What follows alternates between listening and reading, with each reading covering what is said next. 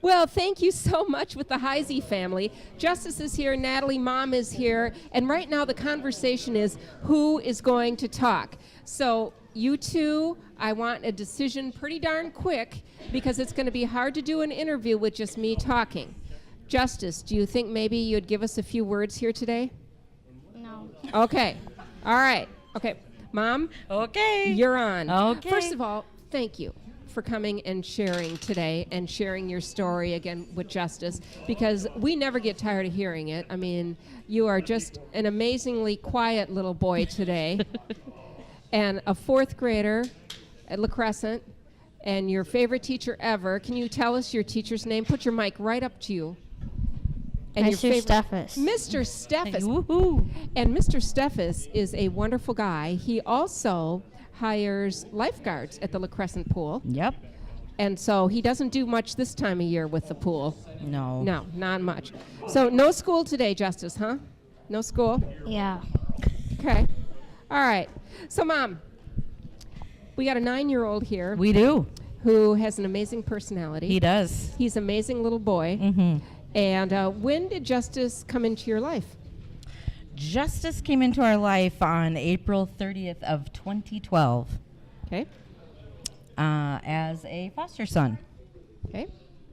And he lived with us for about a year before it was determined that he was going to need to have a forever home. And the agency that we worked with just asked if we would consider adopting him. And we said we would love to do that and be his forever family. So, Justus, your dad seems to be a little late. He was going to come in and visit with us this afternoon, but that's okay. We'll let him off the hook. So, Justus has been in your life for quite a few years. Yeah, he has. Okay. And things started out great. Yep. Normal. Well, kind of great. They were okay. He was adopted then on April 10th of 2014. After, they get all their paperwork and stuff done. And he was doing well. And then kind of over the summer, he was kind of acting a little weird, but not really so much. We've had experience with other kids and just understand the impact of trauma and how that affects kids. And we were just kind of thinking he probably was just adjusting to our family. It's a big deal when you get a new family when you're Right. It is a big deal. almost 5. Or 5. You were 5. Yeah, 5. Right. So we kind of just went about our summer and hung out, and then I got a little concerned in the fall of 2014 and just was thinking, I didn't know, maybe he had lost a little weight. And was kind of not really eating, but sometimes he would eat, and so, make a long story short, took him to the doctor. They had initially thought it was just a normal sort of issue with just stomach issues and stuff that every 5-year-old kid has stomach issues. And so they did some testing and kind of looked around to see what was going on, and everything seemed to be good. They put him on a little routine. He did that well and got better. How come you're not smiling? And so they had taken an x-ray when I initially took him in to the clinic. There was a tiny pinpoint white dot, and they didn't know if it was in his intestine or on his intestine, but we're hoping that with his routine that would have been eliminated.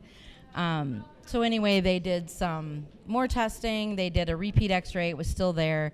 And then December 16th of 2014, he kind of wasn't feeling very well, and I just felt like this urge to take him to the ER. It was that little bit of a mother feeling that you're thinking, I do. okay, Yeah. we need to get this handled. Yeah, it was. And I was a little bit annoyed because it was Christmas time and I was trying to get Christmas stuff done. Oh, yeah. But I kind of thought, well, I think we need to take him in. Went and told my husband I'd been a mom. At that time, I'd been a mom for about 30 years. And I had always taken my kids to the doctor alone, never with my husband, never asked him. And just felt like I had been a nurse for about 10 years and I just handled all that stuff. But for some reason, I went into the kitchen and I asked my husband if he would go with me to the doctor. And he looked at me really odd and he said, well, okay. We left our other kids there, packed him up, went to the ER, came to the ER here at Gunderson, checked in, and waited for 2.5 hours. And as we were sitting there waiting, Justus goes, Mom, isn't this so boring? Oh. And I said, yeah, it's really boring. But anyway. Well, your story is not boring, but I need to tell you Yes. that since you started sharing your story, Justus, you already have 8 pledges Yes. that have come in. Woohoo. That is amazing. Should I do my dance? Should I dance? No. Oh. Okay, He so doesn't want me to do my so dance. I hated to interrupt you, No, you but should how interrupt. amazing is that? Should interrupt for that. Correct. And so, now I forgot where I was. I was celebrating. Oh yeah. And so we Well, were in we were the waiting. ER. He was bored because you're waiting. You'd been That's there. right. And Yeah. then we went into the ER. Doctor looks at, checks him over. Yep, everything's good. Well, his specialist, Dr. Uko, had ordered a CT scan for the following day just to make sure that little pinpoint white dot was gone. And since we were in the ER, they're like, we're just going to do it tonight. So I sent my husband home at about 10:30 because I said, you don't need to stay here. Right. They're just going to do this quick and we'll be home later. You have to get up and go to work early in the morning. So sent him home. They did his CT. He was resting in his room, and a doctor came to our little room, I guess they call Yeah. it. Like a little consultation yeah. area. Yep. Well, no, just even in his room. We were in the hallway, and he Oh. knocked on the door, and he had been crying, or what appeared to be crying. And I was thinking he must have had to tell someone something really bad. Never thinking in a million years it was going to be me. And he pulled me out in the hallway. We sat in the hallway, and he proceeded to tell me that Justus had Wilms tumor, which is cancer of the kidney. Devastating. Hit me like a ton Devastating. of bricks. Yeah. I mean, Yep. the air must have just come right out of your lungs. I was It shocked, just- as everyone is, like when they hear those words with their child. You think that your child may get sick, you think that your child may need some things, but you never think your child will have cancer. Justice, Never. when we're talking about this, does that bug you? Are you okay with that? You're okay with us telling your story? Yeah. Okay. All right, just checking in on you. Okay. He's being kind of quiet today. He is I just kinda want to make solemn. sure that he was Hey, okay let with me know us if you want to talking. add any details. Mm-hmm. How am I doing? Good. Okay. Okay. All right. All right. So now you've had this, and now you're by yourself, I'm by myself. right? Because you had sent Dave home. Right. I was by myself. Yep. So then after the doctor, all I really heard was cancer. I called my husband, and he picked up the phone, and he says he only remembers me saying cancer. But I think he said to me, do you want me to come back? Like, yeah, duh. I want you to come Yeah, back. Yeah. So he came back, and by 12:30 we were meeting with the pediatric oncologist, Dr. Jen. Just like that. Yeah, just like that, and he was admitted. Yeah. Yep. So out of the blue, now you've still got a house full at home. Yep. And Yep. you guys are now going to be going Yeah. to Forward be with part of the oncology department. And now, was there surgery coming up? What was the next move? So the next move was to remove what they later found out was a football-sized tumor and his left kidney, Wow. which was shocking because we had no indication of that from the outside, that he had that growing in his body. And so he was admitted that night, scheduled for surgery 2 days later, and then had the surgery, and had the surgery that week on December 18th, and came home on December 23rd after recovering from that. Then we started on December 26th. We met with the radiologist, and we also met with pediatric oncology to talk about chemotherapy. And it's like boom, you go right into it, and I'm still thinking, wait, like he hasn't even recovered from his surgery yet. Like we can't start this. Well, that was probably maybe some of your background, your nursing background. You had a little bit of so then that probably told you that this is really serious. It did. Yep, it did. But I don't think any of that hit me. Like I think we just did what they said because we didn't know what to do. I think that you're kind of like in the mode where you just listen to them and you just do it, and you don't feel and you don't think, because if you do feel or think, I'm not sure that you can even process that. I don't think that's an ability that we have. Yeah, I think you're right on that. Yeah. Boy, you guys got an education fast. We did. Yeah. Now you're smiling. Justice scored some snacks because Yes, he he was did. sitting there very quiet and very studious. So Heather Gillis decided that Go everything Heather. is better with candy and snacks. And that's So- Heather's motto. Yeah. Oh, it is. Everything is The world better. is Actually, better. Joni, Yeah. those were my suggestions. Oh, those were Yeah, those are my suggestions. I figured that's what Justus would like. And you go. were right. I You were think John exactly was M&Ms. right. John was right on that. Well, it appears to me that your challenge and your journey didn't end there. It did not. It did not. So then for the next 7 months, we did chemotherapy every 3 weeks, and he also endured 11 rounds of radiation for the next till July of 2015. Okay. Then we learned that a kid with cancer has to have every 3 month checkups. And so where they do a CT scan and just figure out and see what's going on in their body. And we did that for 3 times. And 9 months later, on May 16th of 2016, they found more cancer, more worms. So with your 3 visits before that, were you getting to the point where this is just going to be another good one? Because Yep. we got 3 in a row. Yep. So again, And they had said, I mean, like, Justus's kind of cancer is 90 to 95% curable with the 7 months of treatment. And so we really were not, I mean, you don't think your child is going to have cancer ever, but you certainly don't think your child is going to relapse. For well, you sure. don't think he's going to be part of that 5%. No. Why would you? Right, exactly. Right. But it happened. It did. It did. So then we started a whirlwind again, and there was quite a bit of uncertainty as to what to do next, just because of the difficulty of only 5% of kids that have Wilms relapse, and like there's not a lot of research. So, but they did know they were going to start immediately hospitalizations of 5 or 3 days of straight chemo. So when his first admission for that kind of chemo was June 1st of 2016. He was in the hospital for 5 days. You know, I don't know if you realize as this story is going on, we have had more calls come in. What are we at, John? Are we at 13 calls? Ooh, sweet. That's awesome. We're at 13. We're looking for 20. Ooh, but we're yeah, at let's get to 13 20 right now. Yes. Woohoo. That's awesome, Jay.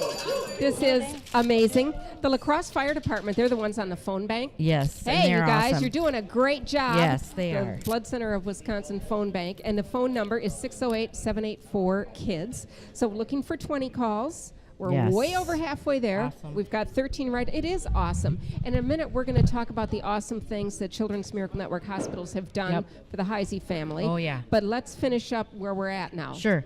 So we started that regimen with the idea that they were, our oncologist really wanted the surgeons to remove that area of question with the relapsed Wilms. So we started the chemotherapy in June of 2016, every 3 weeks, according to his numbers.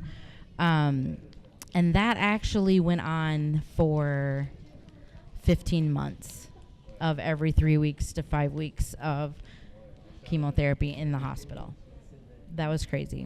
When I think about that, it's pretty crazy now even. Well, it's crazy on a lot of levels. Mhm. Your schedule, Mhm. his health, Mm-hmm. you know, how is Justice handling all this? Right. You know, his activity level. Mm-hmm. You know, who is going to go to work? Who is going to stay home? Exactly. Who is going to drive? Who's going I to stay mean, overnight at the hospital? Who is going to stay overnight? Yeah. And how did Yeah. all that come into play? It was really difficult. It had But I to think be. we just put one foot in front of the other because you really don't get a choice. He didn't get a choice, so we don't Right. get a choice. Right. And I think, you know, like, that definitely, as time went on, it was it became more and more difficult to just be separated from our family. So our family was never, ever together, all just as once, just being, because we went home and then we were busy preparing for the next 2 week stay, next 5 or 3 day stay. But we'd get like 2 weeks in between. And it was just really, that became very incredibly difficult for our family to be so fragmented and never together. Well, so he looks like he's feeling good. He Justice, is. you feeling good now? Yeah. Okay. How have the scans? Are you still going in for scans? I mean, you've got to keep track, right? Yes, we do. So he had surgery in February 21st of 2017 in Madison, and they got the rest of what was causing the issues before. So his surgery was 13 hours, and he spent 11 days at, 8 days at Children's Hospital in Madison. And then after that, we continued more chemotherapy. So a successful surgery in Madison. Okay. Yep. Okay. Successful surgery in Madison. Yep. So then he finished a year ago in September, with his he also had 11 more rounds of radiation after his surgery in February. And then he finished with his chemotherapy last September. And then since then, every 3 months, because he relapsed, we do a PET scan.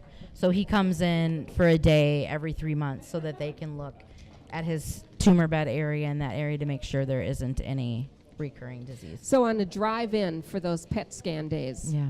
what's going through your mind? Lots of anxiety. Lots of Yeah. anxiety for him, lots of anxiety for us, because, when he was diagnosed, he was fine. Like, he really didn't have any symptoms other than a bellyache. And what kid who's 5 doesn't have a bellyache? And so definitely it's in the back of your mind. But we really also don't have a choice. We can't really fall apart. Like, we have to continue to put one foot in front of the other and just be incredibly thankful and grateful for the time that we do have together. And that, we don't have any control over it. Even though I'd like to have control over it, we don't have any control Well, over as a mom, that's what you would love to have. Right.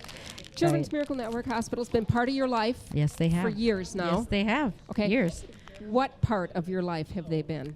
They're the reason that we can put one foot in front of the other, I think. I mean, I feel like when we were in the hospital, especially the second time for his relapse, there was days that just drug on and were incredibly emotionally difficult. And with Justus, like, he was always the one that I felt was okay, like doing okay, but he was okay because of Children's Miracle Network and like what they provided for us, and just so many, they were there. What did they provide for you? At the beginning, meal vouchers, which, like, you need a meal voucher because you forget to eat. Right. Like, you don't even know you should be eating at that point. And it wasn't just for us. It was for our whole family, and that's a lot of people. And so Tell us about your family. we have a big family. Right now we have 10 kids. You have 10 kids. Yeah, right now we do. Yeah. You have 10 kids. Normally we have 8, but How right many now are here with us today? we have 7 here today. Well, first Yeah. of all, congratulations for knowing how many kids you brought with you today. Thanks, that's a good number thing. 1. And number 2, everybody has on shoes and is fully clothed. They You guys do. are doing a great job. Yes, see, it's a win day. It is a It win is day. a win day. So providing you with something to eat. Yes. That was huge. Yes, the practical parts of that. Yep. And then it became, as time went on, like, the relationships that we built with Heather and Ashley and Rena Oh, yeah. were like, that was what I looked forward to, because staying in the hospital for that long, people kind of forget about you and they kind of think, oh, well, you're probably used to it. Well, you don't ever get used to That's that. right. And it continues to be a struggle the longer it goes on, because you're like waning and you're not getting the energy and stuff that you need. So they would not only bring joy and peace and comfort to me, but mostly I could watch Justus be happy and excited when the fire department came. Like, I will never forget that day, because it was later on in his treatment and I was just like spent. I Right, really couldn't right. muster up whatever it was that I needed to muster up to get through another day. And I was just broken, just feeling like this. And I like even get emotional when I'm thinking about it, because it was such a horrible day for me. And the firefighters, I can't remember. I think it was Rena that was up in our room, and we're trying to be secret so Justus doesn't know what's going on. And we're trying to get him over to the window, and fire trucks are right outside his window. And he was so excited and so full of joy to see those fire trucks pull up. And then not only they pull up, they raise the thing, the boom ladder, is that what it's called? Up to the window, and they got to see him. And not that, then it was like a whole bunch that came into his room, brought him huge gifts, a huge fire truck that actually shoots water that he still how cool has. is that? Super cool. And a real hat. And like, to see him be able to experience that so long in his treatment, it just brightened my day and gave me the energy and fuel that I needed to take the next step with the next day. And it wasn't for me, it was for Justus. But this organization is a family organization. It's you not know, about the child. The It's- fire department is here now. They're answering the phones. I know they are. And they're also doing a $300 match. Oh, sweet. Is what they're doing. Awesome. The Blood Center of Wisconsin and our La Crosse Fire Department representatives. You know why they're here, buddy? They're here because of you. Yes, Is they why are. they're here. Because they're Team Justice all the way. So, that's got to make you feel pretty darn good about that. What makes you feel good about giving? A lot of things. Call us at the Blood Center of Wisconsin phone bank, 608-784-KIDS. And you know what we're going to do?